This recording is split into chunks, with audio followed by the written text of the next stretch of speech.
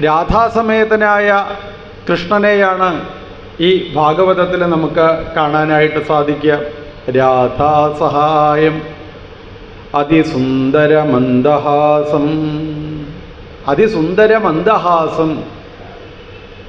രാധാദേവി ശ്രീകൃഷ്ണ ഭഗവാൻ ഈ ലോകത്തിൽ എത്തിച്ചേരുമ്പോൾ എങ്ങനെയൊക്കെയാണ് ഭഗവാനെ ഉപാസിക്കേണ്ടത് എന്ന് കാണിച്ചു തന്നുകൊണ്ടാണ് രാധാദേവി ഈ ലോകത്ത് അവതരിച്ചത്.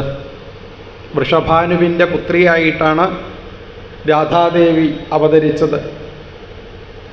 11 ലക്ഷം പശുക്കളുള്ള ആളെയാണ് വൃഷഭാനു എന്ന് പറയുക.